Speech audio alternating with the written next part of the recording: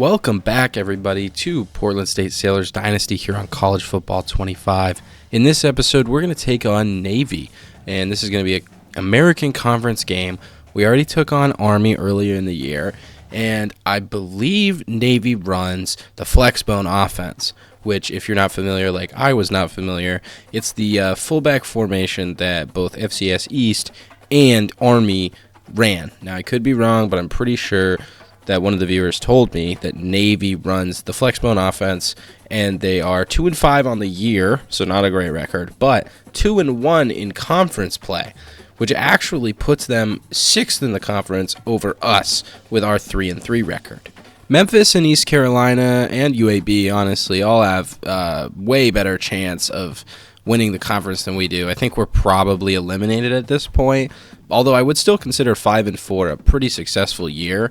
We're right down, smack dab in the middle of the American Conference, and once we climb this conference, we'll, eventually move up to like the Pac-12 or the ACC or the SEC or something, a little bit more challenging. But for right now, I feel like we match up pretty well with the teams in this conference. I did an update on recruiting in the last episode. I moved all of our commits to the top. So we have Samuel Dogby here, the middle linebacker. I know we've talked about him a lot, but not everybody watches all the videos, and I want to make sure that there's at least reminders in here, especially the players that we've got committed that are going to be coming next season. So Samuel Dogby is a 4-star gem, basically as good as a 5-star player. He's probably going to have a good development trait.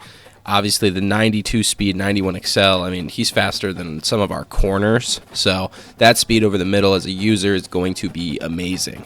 Nathan Capino is someone, 3-star gem, who looks to take over for Akili Robinson Jr., try and live up to that. Obviously, Akili Robinson Jr. is our best defensive player. Him and Dane Golden both have been performing well for us this year. We also have Amani Stick, who's probably going to start out as a slot corner and eventually play up his way in the depth chart.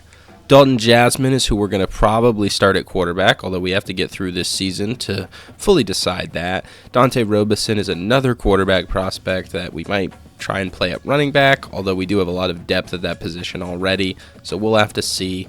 And last but not least, we have John Kesey here, 94 speed, 93 excel. He is 5'8", 191, so he is a little guy, but we've seen guys like that play pretty well at the receiver position. And honestly, worst case, we could probably turn him into a running back. We'll see what happens, later on after the offseason. Right now, we're trying to get right guard Nick Burt, who visited last week, if I'm not mistaken, maybe the week before. We haven't secured his commitment yet, but we do have a pretty strong lead on him. We also have scouted a couple of gem tackles in Garrett Wendt and Robert Stick, and Jamario Bruce, actually. So 3 gem tackles. We have a gem safety. All these guys are a little bit earlier on in the stage of recruiting, but we've got pretty big leads on all of them, as well as Pat Draper, another tackle. Doug Adai really wants to come here. He's another quarterback prospect that's got pretty good speed and excel, so I kind of figure there's somewhere we can put him. The 86 throw power isn't great, but I also feel like if Doug Adai is to be the backup, maybe we could put Robeson at a different position and then run Jasmine and Adai together. I also think Adai has pretty good abilities, so at the end of the day, not someone that we're going to really be worried about putting 25 extra points on. But yeah, we're just trying to address the offensive line and a couple of other key positions that we've got some notable departures after this upcoming season and the season after. I also wanted to show something because I haven't checked the awards at all for anyone, but Xander Stone is 3rd in the Heisman race, which is kind of crazy. We're going to go and show everybody's stats later, but I just want to do a little awards race kind of a highlight here. So Player of the Year, Xander Stone is in 4th. Head Coach of the Year, we are not on it because our program is not good enough. Nobody for Best Quarterback, but for Best Defensive Player, we have Akili Robinson Jr. at 4 and Dane Golden at 7. Best Defensive Back, we have Lionel Williams at 4 and Micah Overmaze at 9. Best running back, Xander Stone is leading that as our sophomore. He's already up to a 77 overall from upgrades through playing time on the season. We don't have anybody for best receiver, but for the Lombardi Award, we have Akili Robinson Jr. in 6th. The Golden Arm Award, again, no senior QBs playing for us. Best defensive end, nobody on there. Best interior lineman. Our offensive line is dog water, so we're not going to get anybody for that. Nobody for best tight end. For the Broyles Award, we don't have anybody, but for best linebacker, we have Dane Golden in 2nd and Rio Bush in 9th. Nobody for best center. Offensive line is garbage. Our kickers are not going to get an award, nor are our punters. Nobody for best returner either. But I thought it was interesting that we had anybody at all, and I was looking then at the stats. So I looked at our season stats, and we've got okay numbers. Carter Wells throwing a lot of touchdowns, a lot of picks as well, but also a lot of yards. And you look at the ground game, and Xander Stone has 1,300 yards on 237 carries for 10 touchdowns too. These are a lot of numbers. So then I started to look kind of around the league, really, and look at who has the most carries. Okay, Xander Stone has 60 more carries than the next guy. And then I looked at passing attempts, and we have a good 80. Way more attempts than everybody, and I think it's because of the quarter length I'm put on. It's at 15-minute quarters. So I'm thinking for the rest of the year, what I'm going to do to just try and make it a little bit more realistic is kind of take the quarter length down to 12. I think that's going to give us more realistic scores as well. You look at the games we've played. All right, the high score was 52, 72, 59, 40. Some of these we get blown out big time in, but we're letting up a ton of points, or we score 52, we score 63, we score 45, they score 38, and then we lose 59 to 48. So to me, I look at these scores, and I just think the game is being played for too long. Plain and simple, we're getting more plays than our opponents, and while Xander Stone is having an incredible year, we shouldn't be leading the league in both pass attempts and rush attempts. So now we got that out of the way, I want to take a look at the schedule we've got for the remainder of the year. We've got this against Navy, we've got this game against Vanderbilt, and we've got this game against UConn. Now, if I'm not mistaken, if you get 6 wins, you do have a bowl game that you get to play. It might be 7, but I'm pretty sure that if we win one of the next 3 games, that we are bowl eligible. And what that means is today against Navy, we could potentially clinch a bowl game if we win. Checking out the Navy roster, it is a 75 overall with a 75 offense and a 76 defense. While we do have a better roster than them, their roster is pretty top-heavy, as is ours. Their best players are Rawan Lane, the third, the senior free safety. They've also got Colin Ramos, the senior linebacker. Deshaun Peel is a corner for them who's not too fast, so while his overall is high, we probably could still attack them if they pressed up. They also have a decent line and some other playmakers that we'll look at later. They're led by quarterback Lake Horvath, who is a little bit of a dual threat. Not exactly a cannon and an arm, but he does have the legs to make plays out of structure. Not somebody who's going to be crazy, but the junior quarterback is definitely not someone you want to give open field to. Brandon Chapman is their star player. The junior running back has 90 speed, 96 acceleration, 94 change of direction. Not the greatest carrying, so maybe we can hit stick him and force some turnovers that way, but he's still going to be one of their most impactful players. They do have Nathan Kent, the 72 overall receiver, as their best pass catching option.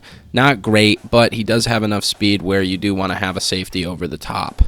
Like I said, their line is decent, definitely something we can still attack, but on defense they've got a pretty good line that will still probably be able to eat our offensive line alive.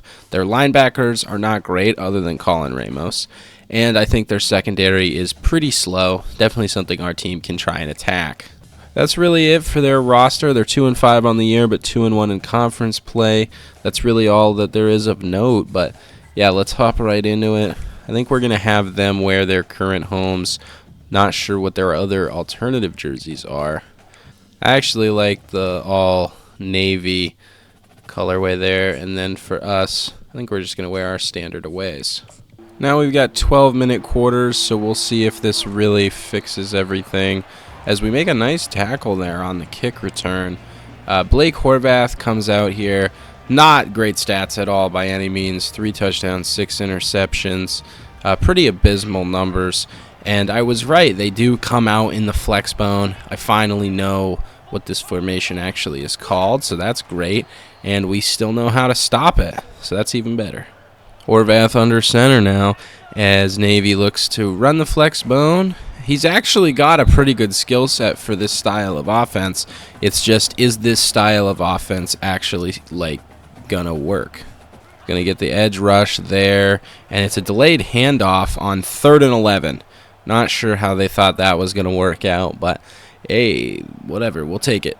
And the offense is about to come out wearing long sleeves because Carter Wells gets cold, I guess. Hopefully it's not a Tua Tagovailoa situation and he can actually play through it.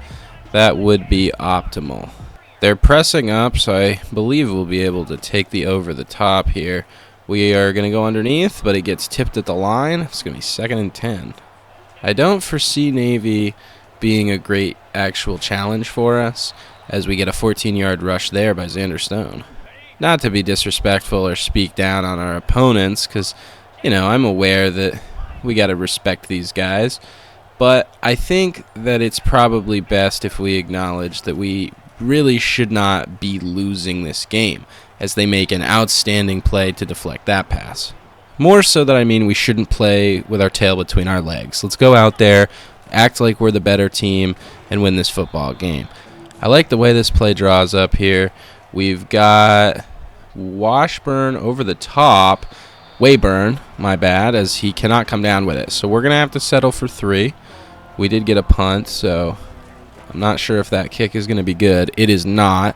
It's not even close, actually. I acted like that was going to be anywhere near the uprights, and it was not, unfortunately. So we're going to let them take over to 36. Far from optimal, but they're still running the flexbone, so I feel pretty good about our odds this game. They're going to send him in motion. Golden was trying to tackle him, but we couldn't get over there. We make a good play to get in front of him and stop him, but that's a big play.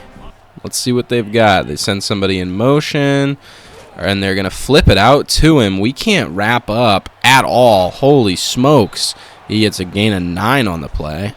The tackling thing is so irritating because we have zero excuse there. They're going to send him in motion, send him right up the gut, breaks a ton of tackles again, and gets the first. 1st and 10. They're in the pistol here, so not exclusively the flexbone, but we stop the quarterback after he keeps it. 2nd and 14. Back in the flexbone formation. Going to fake the handoff and throw it underneath and miss the receiver completely. I see why they're only in the flexbone. This quarterback has some issues throwing the ball. 3rd and 14. Back in the flexbone formation, looking to throw. They're going to go over the middle. We're going to pick it off. That wasn't over the middle at all, but I kind of got excited when I saw my guy get an interception. All right, 1st and 10. We're going to take a shot. I like the odds of that, and it gets swatted down. Probably should have been a little bit more patient, but I felt the pressure. Not sure if I had anything coming, but didn't want to take the chance, as we're going to break that outside and somehow gain 2. When it felt like that was going to be a loss of 4, I'll take it. 3rd and 8, we're going to run a screen pass here. There's nobody in the way. Block set up perfectly. Xander Stone gets us the 1st down. When in doubt, Xander Stone is a very reliable player. We're going to actually hand the ball off to him right here. He's going to dart outside and fall forward for 4. Very slick out there, giving Stone some rest. We're actually going to run it with Slick, and he's getting fave. Didn't mean to say 5 like that. We're going to try and run it here on 3rd and 1 with Xander Stone, and he is going to get the 1st and more. Stone already having a good game. Can't believe that it's a 0-0 tie. Kind of shows how bad our offense has played so far as we get 1 on the run. 2nd and 9, they're pressing up. Screw it. We haven't taken a shot. It's time to do an audible play. Probably doing too much here. Definitely doing too much, and we get sacked. I felt like that was pretty good coverage. I didn't want to force anything, but I didn't see anything open. We're going to go to the screen pass here. On 3rd and 16, I don't really want to do too much. We've got no blocks there, and Xander Stone gains 8. They want us to punt. That is so lame. I don't care how many yards we have to go. Not going for it is not in my nature. That's a horrible idea. I don't know what I'm doing. I thought we would have the speed to outrun him there, but that's all on me. Horrible play call. Should have put him on a slant or something. They're going to move in motion on 1st and 10, and I just completely missed the tackle. All right. Not sure what I'm doing, but they've got a new 1st and 10, and we are going to get there for only a gain of 1. 2nd and 9, we're going to pinch the line. I think that's going to help us out guarding the flex bone as the quarterback tries to get outside. Probably had more on the pitch, but gains 3 on the run. Yeah, they're going to hand it off on 3rd and 6. Wow, what a great play call that was. Almost as good as my 4th and 8 underneath drag. A punter wearing 90 is so disgusting. I don't even care. I know it's college, but like 90 for a punter is insane. All right, 1st and 10. We're going to actually try and scramble with Wells, and that actually doesn't work at all. He doesn't have the speed to do so.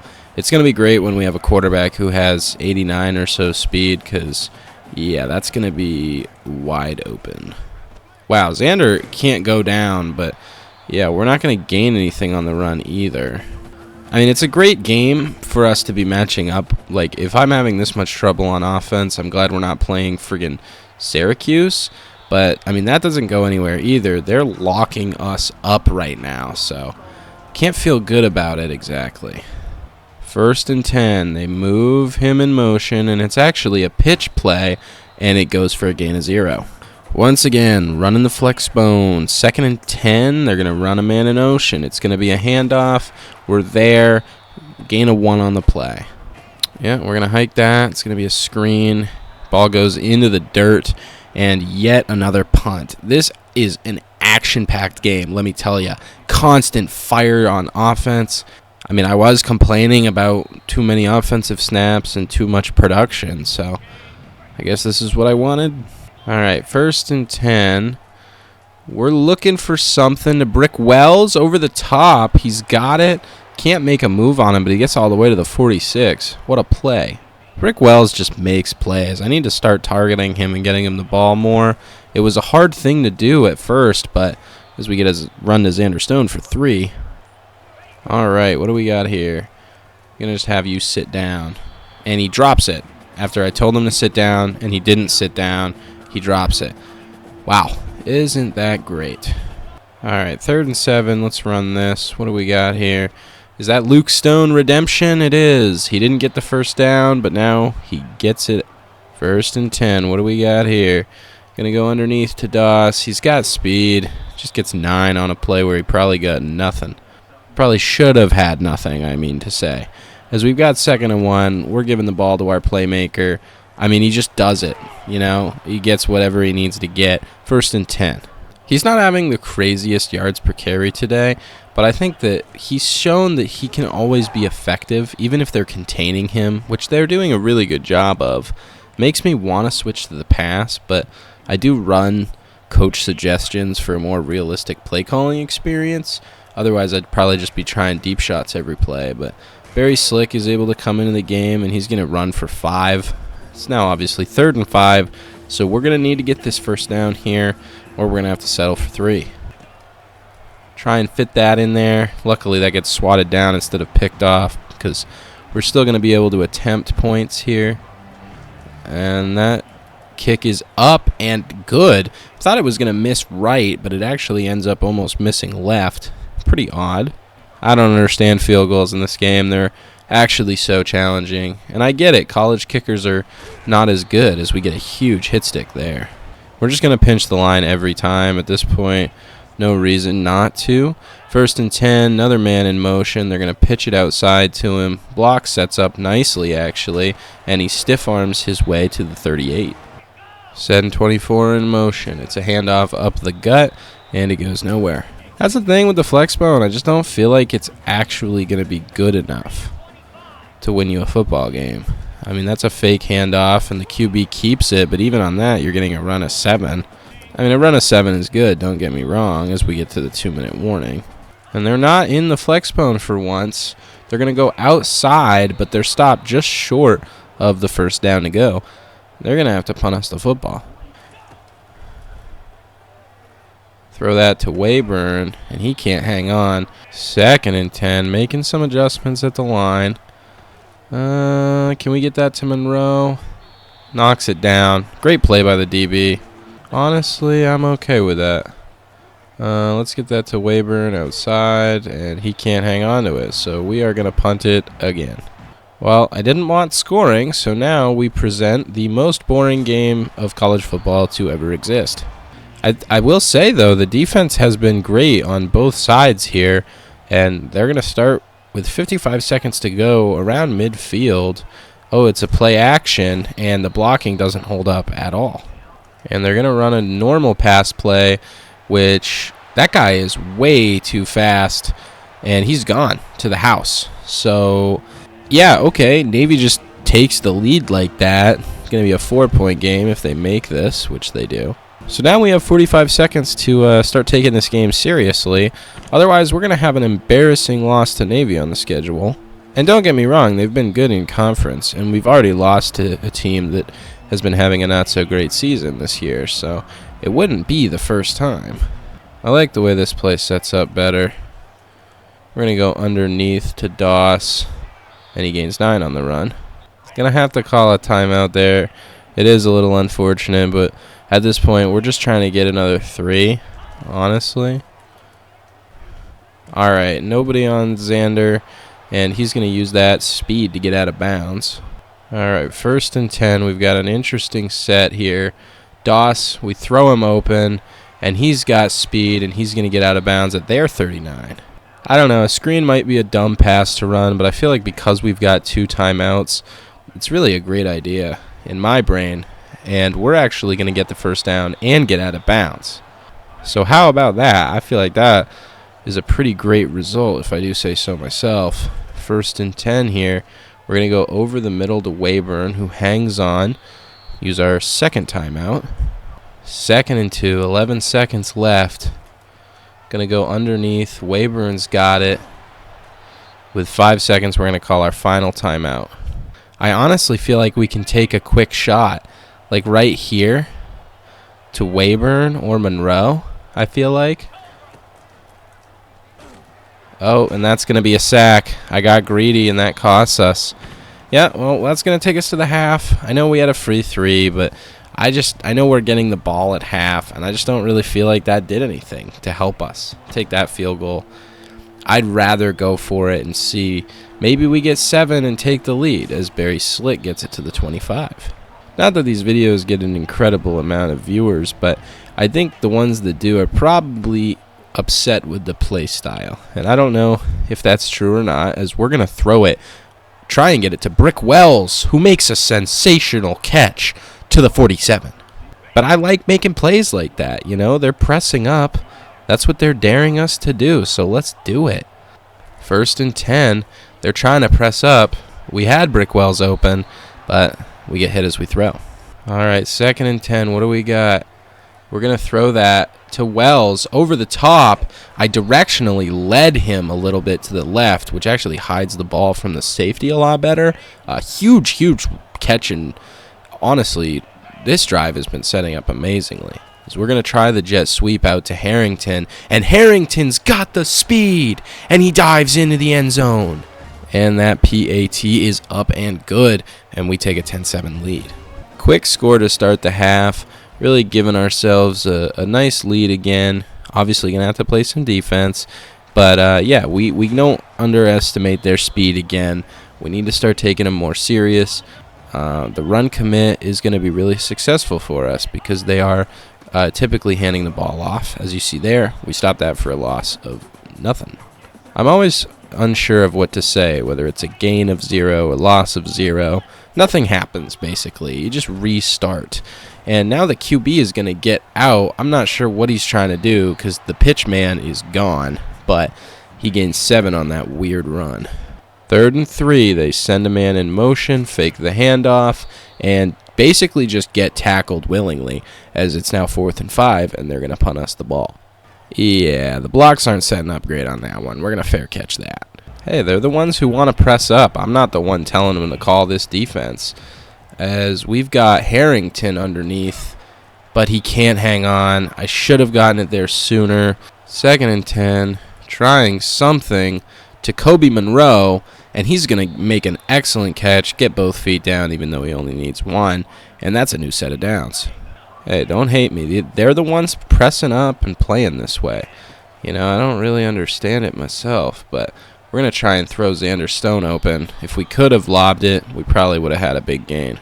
2nd and 10, we're going to feed our big guy, see if we can't get him there, and he's going to take it all the way to inches.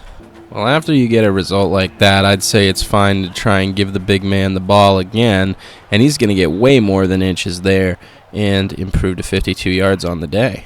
But that's not all. We're going to get him some more touches in the air, give him that screen pass. He's got a nice block. Good spin, breaks the tackle, and Xander Stone is gone. Wow, just give him the ball and get out of his way. Very Christian McCaffrey-esque play from Xander Stone there as he adds to his Heisman stats? I don't even know what I was trying to say there. I completely lost that. As he adds to his Heisman case? I don't even know. We're showing them just how important throwing the ball can be, as they're going to try another run that goes for 1. 2nd and 9, they're going to try and fake the handoff, and he runs right into our guy for a loss of 2. 3rd and 11, they're going to send him in motion. We know better than to leave that guy unattended, and they're going to get him in the backfield. Our 2nd sack of the day by Rio Bush. Rio Bush is another player that I feel like I don't talk enough about, just the impact that he has. I should probably be highlighting it more. All right, 1st and 10. I made a move over the top. Nowhere near him, though. Must have been pressure. All right, 2nd and 10. They're trying to press up. Kobe Monroe has a step. Can we find him? We can! And Kobe Monroe now makes a huge play, taking the top off of the defense, and he gets in for 6. And that kick is up. We're now up 24-7, just absolutely pouring it on in this 3rd quarter. This is what I mean about the flexbone. It's just not as dynamic as our offense. They're going to throw him in motion, but you just don't have any plays that are going to get you a nice opportunity, you know, over the top. One quick score can really change everything. And obviously they did have that one play, but I'm not going to give them credit for that. I messed up and left a guy wide open. And we stop him on the run for 4. At the end of the day, playing Army and Navy is pretty cool in the schedule, but 2nd and 6 here, they're going to hand it off up the gut, and we make a play on that, hold them to a run of 2. 3rd and 4, no easy conversion, especially not in this formation. They are going to fake the handoff and go over the middle. No, they're going over the top, and we make a play. Williams with the pick. We actually have phenomenal blocking here. Try and spin off, and we make it to the 48. Lionel Williams, obviously our senior corner, has been great. He actually might be a junior now that I'm saying that. I'm not totally sure. I would take another year of him, no question. 2nd and 3. We're looking at Xander Stone. I mean, he was wide open. We just miss him. I thought that accuracy was pretty good, but I guess I threw it at a poor time on the cut. So 3rd and 3 here. We've got that over the middle, so we're going to dip out to Harrington, who gets both feet down again and gets us the 1st. As we're now at 1st and 10, I kind of like Monroe over the top. It's actually tipped, intercepted, and they're going to take over at the 1. That's a crazy defensive play, but yeah, that throwing it right back to him, that's not great. 1st and 10, running the flexbone, they're running a play action, and we actually tip it, knock it down. 2nd and 10 from the 1, they hand it off. He breaks off a bunch of tackles, wow, and he just carries all the way to the 13-yard line. Yeah, all right, and there we are. That's going to go for a gain of nothing again. 10 seconds left in the 3rd quarter. They get another decent run. They're driving as we get to the start of the 4th. And a quarter 3 here in this game. Navy has put 1 touchdown on the board. That was right before the half ended. We look at the top 25. Oregon's having a great season, as is Notre Dame, Ole Miss, and Florida State. Florida State's not having a great start to the year in real life in college football. They just got upset by BC the other day. I'm not sure when this video is going to come out, so that's probably going to be a dated reference. 3rd and 2, they hand it off up the middle, and we blitz. It's a play action, but we blitz and take him down. 4th and 8, forcing yet another Navy punt. That's what you get from having a punter wear the number 90. 1st and 10, get a load of that. Let's just throw that away. Nothing about that was great. I bet Brick Wells was perfect, but I just felt the pocket collapsing. Obviously didn't love that. And, yeah, threw it away. But we're going to have some stuff going on this possession. We're not going to be able to get it to him, but Wayburn was wide open. Like I said, the pressure just comes in all at once. I wish it was a little different, but 3rd and 10 here. No over-the-top safety. So we're going to take a shot with Kobe Monroe, and he makes an insane grab. What a play by Kobe Monroe. That time was actually in one-on-one coverage and just makes a magnificent play, giving us life. I mean, that's just a huge, huge play. We've got Brick Wells. Going to try and lob that over the top of Tarrington. I mean, that worked just perfectly. And now 2nd and 4. 2nd and 4. We've got an interesting set here. We're just going to hand it underneath to Luke Stone, who runs inside the 10. All right, let's go. Here we go. Play action, fake. We've got a whole bunch of stuff happening. Can we get it to him? No, we throw a pick. And they're out at the 1 again. 2 stupid interceptions that at the end of the day aren't going to hurt us. I mean, this game is wraps. We'll probably get a safety here. I mean, we've gotten so many before. And we do. We get a safety. I mean, that works out perfectly. Just a free 2 points and another drive just handed right to us. I believe we're going to get some pretty good field position on this drive, too. And we're going to spin off that with Porter and start at the 43. So that pick ultimately not costing us at all. They are trying pretty hard here to keep us contained on the run. They've stacked the box almost every play. We're going to get it to Stone, but Luke drops it. All right, 2nd and 10. Are they going to be able to stop the bench switch? They're going to try. Get it out to Harrington. He slips under that tackle, tries to spin off, but already get the 1st down. All right, stacking the box again, but we got to feed the beast. You know, this is our best player. Xander Stone, get a gain of 4 on the run. You know, I don't know that Xander Stone really is our best player, but he's gotten a lot of usage. He's definitely our most dependable player, but that said, he's having a rough game. 3rd and 6, we've got something cooking here. Get it underneath to Brick Wells, let him be a playmaker, and he gets the 1st. I actually really like this play. Play actions usually don't work, and yeah, that was just a bad throw. It's going to be another interception. Just not a great game throwing the ball from Carter Wells. And they're actually in a gun formation here. Leads me to believe they can get something done eventually, but their line just doesn't hold up and we get another sack.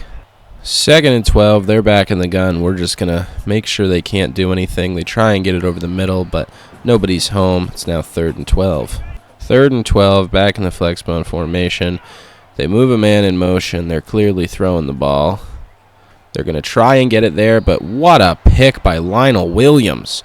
Wow, just extending and making the extra effort. The defense really getting back everything that we're making the mistakes of giving away. It's just been a phenomenal game by that unit, and we're going to lob it up to Brick Wells here, and he drops it. Almost a insane play. Really not anything necessary. Probably should just be running the ball and taking time off the clock, which Xander Stone is an expert at. Gets us to 3rd and inches. 3rd and inches, they're clearly trying something here. Brick Wells cannot be stopped. They tried to press up. It didn't work, and Brick Wells is in for another touchdown. He's been insane today. He has 3 tutties, 6 catches, and 157 yards. If I've done anything over this season, it's figure out how to get Brick Wells the football. 26-point lead with 5 minutes left to go in the game. I mean, blowing this would be just impossible. 1st and 10, they're now in a pistol formation, and our efforts don't go well initially, but eventually we persist and get the sack. 2nd and 12, again in this formation here, and we're going to hit stick him, but he still holds on for a gain of 6. 3rd and 6, back in the flex bone. They're going to try and throw it over there, and we knock it loose. They're going to have to go for it on 4th and 6. 4th and 6, they've got one play, and they get it to number 24, who they have actually neglected to get the ball to very often. But when he's had it, he's been making a lot of plays. 1st and 10, still running this silly formation, and they try to go over the top, but they can't. We pinch the line again. 2nd and 10 now. They're trying something, but Akili Robinson Jr. is in the backfield. He wasn't alone, but yeah, he gets credit for a half sack there. Got to assume it's going to be a pass here. They run slants over the middle, and they just throw the ball away. They don't really have a choice. They've kind of got to go for it here, but on 4th and 24, not really sure what play call they're going to have. We get another interception. Willingham is going to try and cut upfield, and he gets it to midfield. I mean, they just don't want to give us any ability to run the ball. They're just trying to stack the box. And we're going to try that to Wayburn, who finally comes down with one. What a catch from Wayburn. I believe if we get a 1st down here, we'll probably be good. That should be a run of 4. And if I haven't done it, go to coach adjustments and get us to the chew clock. Just going to run the ball here. It finally lets us hike it, and Xanderstone gets wrapped up for a loss of 1. After this play, we'll be able to run it all the way down. That's under 40 seconds now, and Xanderstone is going to stay up and get us to a 4th and 1. I don't know why it doesn't allow us to do this, but I'm just going to burn the clock out from here. I want to snap it so bad. I just want to snap it and run it, but if we don't get it, then we have to deal with so much more BS. The temptation, though, is so much. Just one more run. Xanderstone needs his stats. All right, I'm going to do it. I don't care. Sue me. Xanderstone gets the 1st down, and that will take us to the end of the game. And that's another American Conference win for us. We played 7 on the year. We're now 4-3 in conference play. We've won this game 33-7. Obviously, didn't play a perfect game, but we're playing Navy, and we didn't need to. Made a lot of great plays, especially on defense, throwing 4 interceptions. I mean, 4 for 15 is just an absurdly bad game. But Blake Horvath was that bad all season. You looked at his stats. We know the drill. The run didn't go great. Obviously, we know Chapman was a force, but only getting 3 touches when you're giving Alex Texa and Blake Horvath that many carries, like, I don't know. That just didn't make sense to me. Because when they did throw the ball, I mean, they had great success. Brandon Chapman had 70 yards on 2 catches and a touchdown, you know. Obviously, they let up 4 sacks today. Not a great offensive line. They didn't play like a great offensive line. They did force 3 interceptions. Riley Burgesson, Raywan Lane, and Deshaun Peel coming away with those. The suspects you would think of, other than Burgesson, probably not someone we were expecting to see the field. As for our stats, not a great completion percentage, but we still threw the ball a lot today. 434 passing yards, 3 tutties, 3 interceptions. We know the turnovers, but the defense made a lot of plays. We were still able to get 20 carries to Xanderstone. He did okay on those. He didn't have a crazy game or anything, but still, 20 carries, 84 yards. That's something light. Off game for him, but we'll take it. Now, the real playmakers came in the receiving game. Xanderstone did do his thing. He got 6 catches, the most on the team, for 78 yards and a touchdown. But the hero of the game was Brick Wells by far. 5 for 125 and a touchdown. I mean, that was just phenomenal. It definitely said 3 touchdowns. I read a stat line earlier in the game, but I think that was like the previous game because he did not have 3 touchdowns. But Kobe Monroe, 3 catches for 99 yards. That's pretty damn good. 1 touchdown as well. Finn Harrington was reliable. Wayburn had that one really good grab. Sean Doss contributed. Luke Stone obviously contributed. As for the blocking, the line was pretty good. Lions has struggled all season. We look at the sacks. Torrey Taylor was all up in their business. Made a lot of good plays this game. Rio Bush and Akili each had 1.5 sacks. And Jefferson McGuire had a half sack as well. Lionel Williams had 2 interceptions on the game. That was awesome, as well as Jermaine Willingham and Cam Dennis. And 5 TFLs for Akili Robinson Jr. Like I said, him and Torrey Taylor and Bush all had great games. And 3 TFLs from Kelby Smith, not too bad either. That puts us to 6-4 on the year. I do believe that clinches us a spot in a bowl game. If not, we'll have to check that out.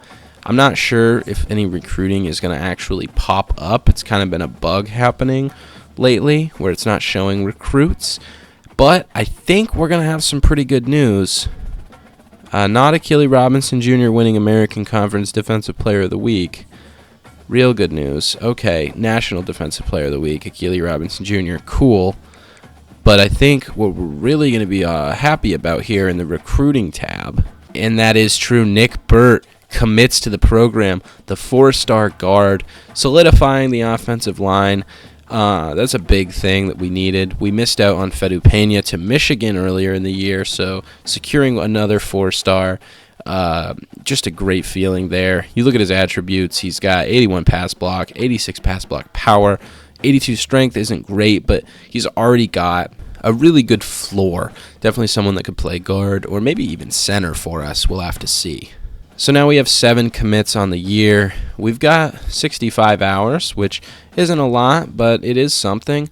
We can schedule a visit for some of these guys, and I think I am going to want to do that. Garrett Went is definitely somebody that I need on this team. And although Michigan isn't pursuing heavily, I still think them or Stick are the guys that we should be prioritizing right now. Yeah, Montanez is definitely a good option too. I think we should look for Montanez's visit, honestly. I mean, do we have anything that he likes, really? B- conference prestige is not great. That's the best thing we've got to offer Stick as well.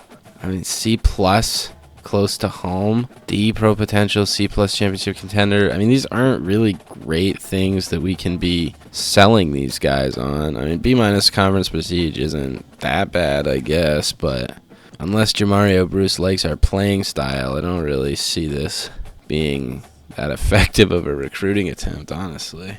We're going to get Jason Carr off here. I don't even think we really need a running back, honestly. Although if I do like any of these guys, I like Coco Ringo. So maybe we'll throw 50 on him and throw 15 on Doug Adai. That should set us up pretty well in terms of just trying to get all of these recruits. But it's hard. It's hard to sell a guy who doesn't really feel like he wants to be here, you know? So we got that good commitment. Nick Burt is now officially a commit to the Portland State Sailors. And in the next episode, we're going to take on Vanderbilt. It's another conference game. Technically, they're a good overall at 81. We haven't gone up against that many difficult overall teams, again, playing a lot of our games out of the American Conference. But if we look at our schedule, I believe we've played 2 other teams that were like in the 80s. I know Syracuse had a good overall, and I know Boston College had a good overall. And going 1-2 in those games, obviously the thriller against Syracuse, that's the game of the year by far. Vanderbilt obviously plays in a more difficult conference, but they're still 0-6 in conference play, 2-7 on the year. So I guess 2-1 in non-conference play. I don't think we should take them lightly. But yeah, Vanderbilt's going to be the matchup for the next episode. And I will see you guys in that next episode. You guys take care.